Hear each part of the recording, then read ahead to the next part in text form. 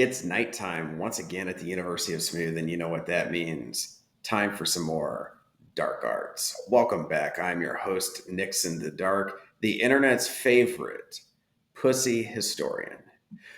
We do occasionally certain lessons here at the University of Smooth that are designed just to give you the truth, the unpalatable, disheartening, disillusioning truth about male and female nature.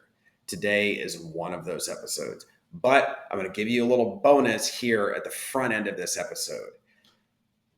All you can do with regard to this bitter reality that you're about to swallow is get jacked, learn game, and convert your talent to clout.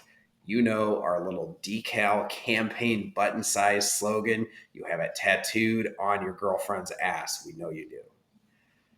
History lesson at the University of Smooth. Some of you out there follow politics. We sporadically dip in and out of politics. We've covered it here and there on this channel. We've used it as the backdrop for certain lessons in intersexual dynamics. To that end, what can I say? Donald Trump is a wealth of intersexual material. When he was running for president in 2016, about a month before the election, there was a tape that was released. It was called the Access Hollywood tape.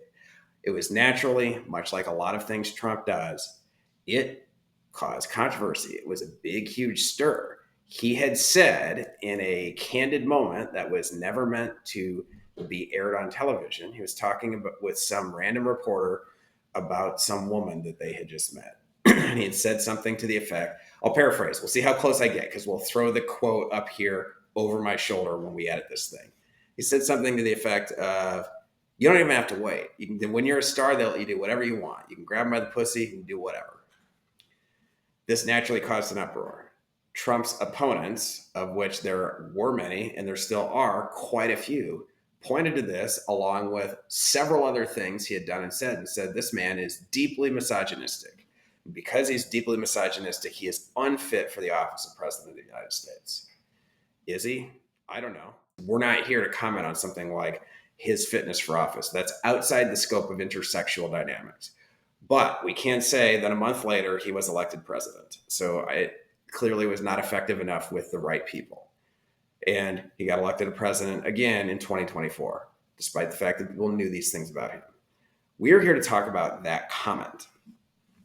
That comment reflects the main lesson, the main paradox that we talk about on this channel all the time. We have said it before, the irony of being a man. When you are attractive, women will bend over backwards and forwards for you. And when you are not attractive, you might as well not even exist.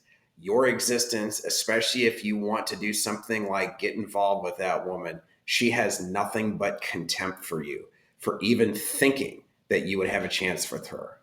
That is female nature in a nutshell. What Donald Trump described, whether you like it or not, and whether I like it or not, is the most cartoonish and yet true example of this aspect of female nature.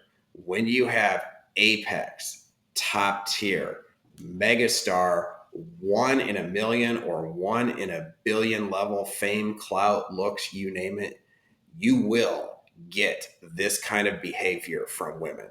Women hate the idea of admitting that something like this is true. And in fact, because of the nature of female cognitive dissonance, plenty of women don't even realize that this reality is in fact true about them until they actually experience up close and personal this kind of access to a high profile, extremely high value man.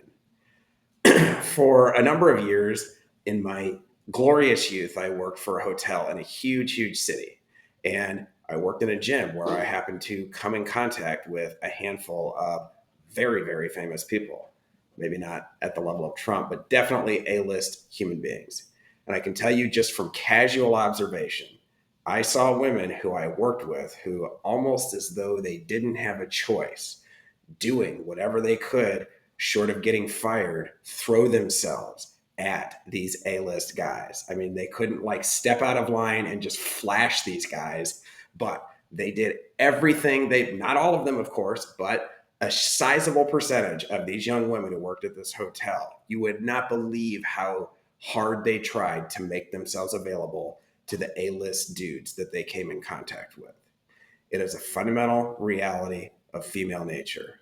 As we have said before, if you deny reality, it will immediately and automatically work against you. If you labor under severe delusions about the truth of female nature, it will work against you. We do not recommend that you take this information and use it to perpetually hate women for the rest of your days. But you must understand how they are at their core and how you are at your core. Thanks for listening. Like, subscribe, and final thought, if you find this type of information, this type of reality, this fundamental grim truth that women will let a megastar grab them by the pussy and do so eagerly, all I can tell you, buddy, is build your own value. That is what women are saying when they give up this kind of access to top tier men. They're basically saying it's value or don't bother. So get jacked, learn game, convert your talent to clout. And as we always say, your value is yours to keep.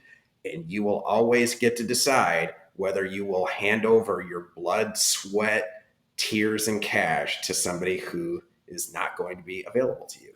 That's your decision to make when you get that opportunity. Take care.